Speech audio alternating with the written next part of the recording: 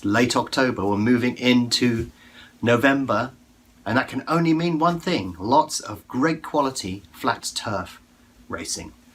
Loads of group racing, but of course it's winter, so what am I talking about? Let me tell you in this video. Please like or dislike the video or leave a comment below. That will allow me to produce better videos and more of them in the future. So what am I talking about? There is no flat turf racing in the UK in October and November. It all ends. We transition to jumps and all-weather racing. However, on the other side of the world, stroke worlds, there is group racing on. We have the Melbourne Cup Carnival coming up right around the corner, the Spring Carnival season in Australia, and we also have the Breeders' Cup in North America. So the interesting thing about both of these races is they are tradable. But let me tell you and take you back to when I first discovered the Melbourne Cup Carnival. So the problem you have is that it's on a Tuesday, it's at 4 o'clock in the morning UK time. And for a few years, I suddenly figured out that maybe it would be a good opportunity to try and trade it. But getting up in the middle of the night is not easy. Remaining focused is not easy in the middle of the night, and trading a market that you don't know anything about was not easy. So I actually failed. It was 2 or 3 years, can't remember how many years in a row I failed, but I failed when I first tried to trade this meeting. And it took a stroke of luck to get me on the right path, because I injured my arm one year and I tore the ligaments in my arm, and I couldn't sleep because I couldn't find a useful position to rest it. So I started wandering around the house and I thought, I know what I'll do. Let's fire up the PC and see what's going on. And there was some Australian racing on there, and I started messing around on Australian racing. And of course, the Melbourne Cup Carnival at Flemington is the highlight of the racing calendar, and one of the biggest meetings. And the Melbourne Cup meeting takes place on Saturday, Tuesday, Thursday and Saturday. So you get 4 big days, of which the highlight is obviously the Tuesday.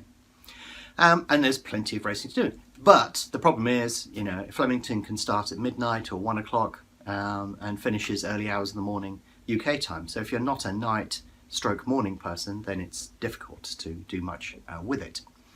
But it certainly is an interesting meeting, and the Melbourne Cup has traditionally turned over totals running into the millions. So certainly a tradable meeting. But after that initial bump of not being able to trade it, I began to get more and more confident that I could get something out of it. So I've brought that level of focus to this particular week in the year for a number of years now, simply because I know that it is something that I can do, but it takes a lot of extra effort to be able to do it. However, I'm prepared to put that in. I don't suggest that you do necessarily, but you may want to catch the back end of the card first thing in the morning, 6 or 7 o'clock in the morning. That may be a less painful way to have a look at some of the markets. And we have a big change this year because the Australian API is no longer, and it's back in the UK. So I'm fascinated this year to find out how that influences and affects the markets. I'm going to find out in a week or two's time. You know, while there isn't much going on in the UK, or there's less going on in the UK, there is something going on in Australia. However, the markets do trade slightly differently. So if you are doing something in the UK and you want to try and do it in Australia, maybe you won't be able to do that.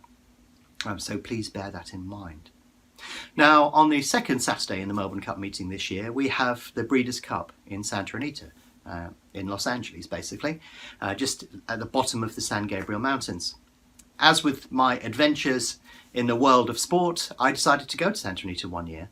And the funny thing about what happened was I wasn't sure where it was, so I thought I would drive there. It's not that far from Betfair's headquarters in Los Angeles. And I drove up to Santa Anita, parked up and walked towards the gate, where I was challenged by security. And as soon as I opened my mouth and spoke a bit of English, for some reason he just assumed that I was something to do with some of the horses that were there. So I went straight in on the day before the festival started, or the meeting started, whatever you want to call it, and had free access to roam around Santa Anita, which was hilarious. I got to see every single part of the entire park, from the stables to the commentary box to various other elements. And yeah, I rode my luck a little bit there. But it was like when I've been to Laytown and Windsor on a Monday evening.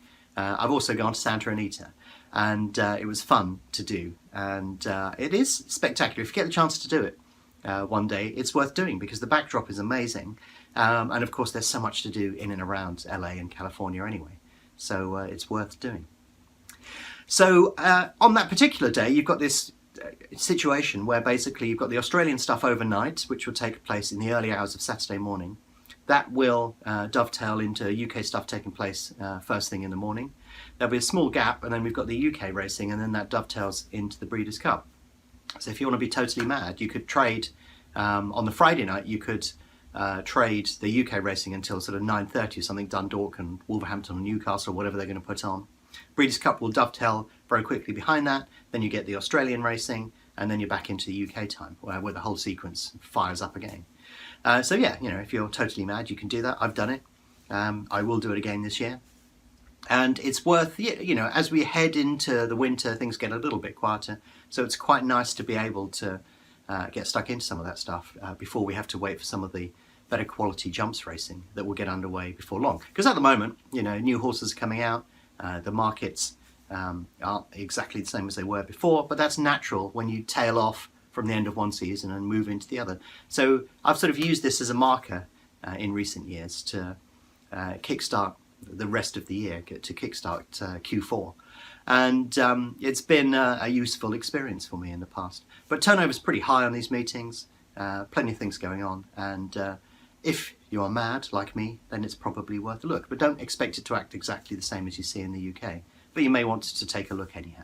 I'll probably give you an update, and I'll post a few bits of information in and around what's going on as that happens. And if you do have a go, best of luck. If you're interested in learning more about BetAngel, why not visit betangel.com today and download a free trial.